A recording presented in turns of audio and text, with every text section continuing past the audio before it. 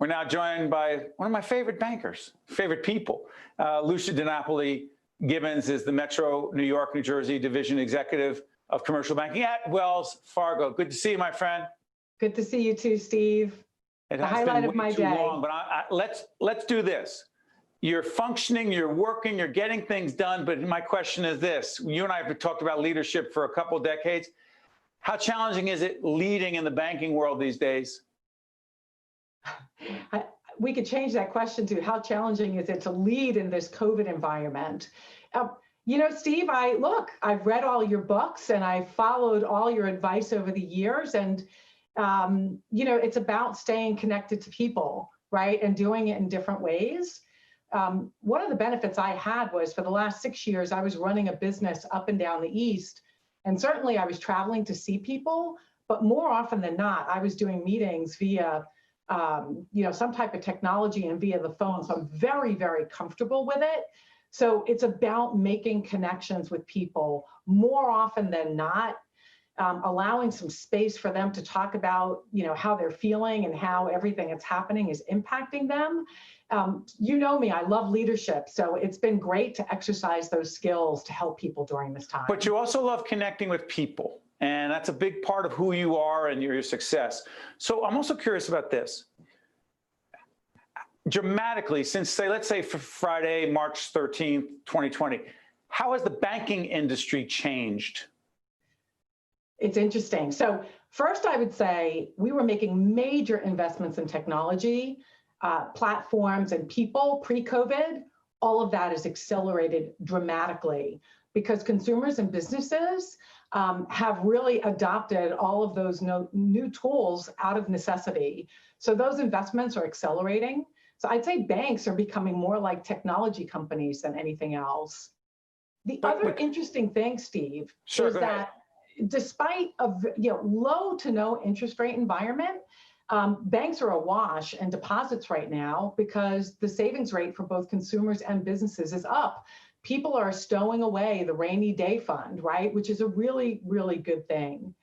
And then lastly, I would say now more than ever, our customers and prospects need us. They need our insight, our advice, our credit, tools and technology to help them get through this pandemic and hopefully to a much brighter future.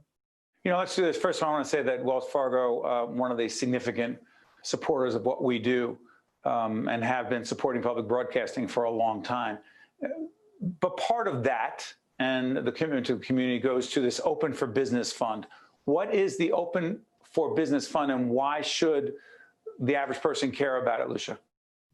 I'm so excited that our company has done this. So the Open for Business Fund was created with the $400 million in fees collected through making PPP loans, right, which are helping businesses get through this pandemic.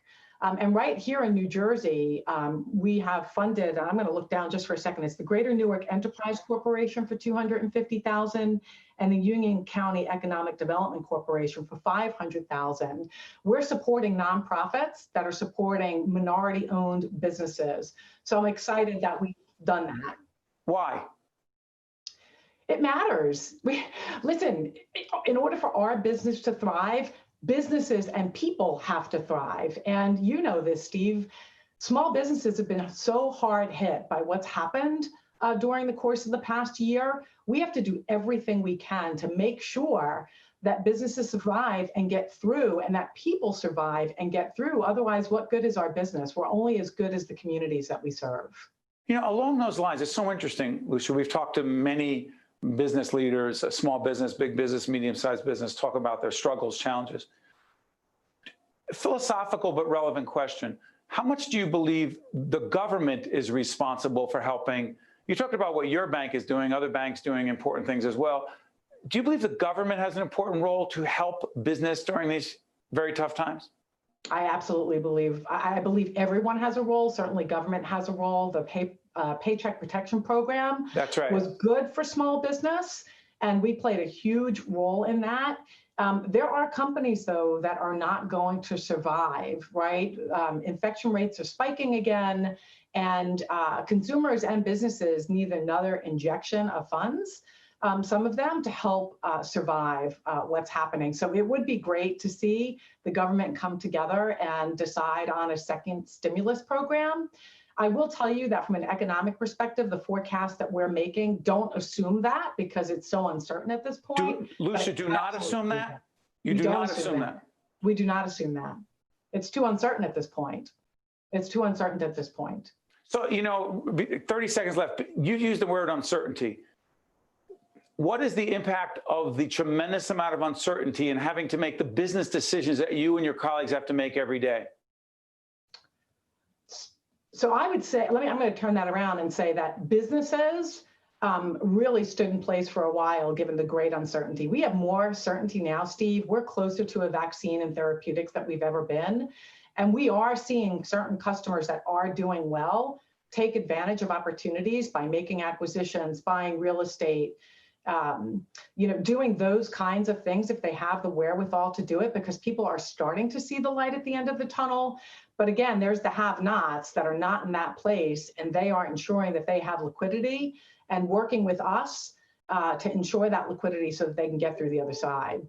Well said. By the way, I remind folks, as we talk to Lucia, we're taping on the 17th of November. It'll be seen the rest of this year into 2021. So the vaccine, right?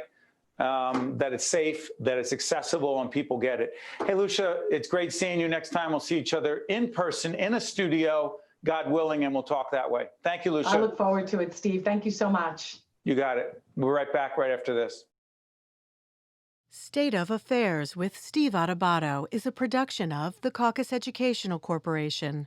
Funding has been provided by United Airlines, Fedway Associates, Inc., the Russell Berrie Foundation, MD Advantage Insurance Company, the Robert Wood Johnson Foundation, the Northward Center, the Adler Aphasia Center, Johnson & Johnson, and by Caldwell University. Promotional support provided by the New Jersey Business and Industry Association and by AM 970 The Answer. Hi, I'm Governor Tom Kean. A dear friend of mine had aphasia, which is a language disorder that occurs from a brain injury or a stroke.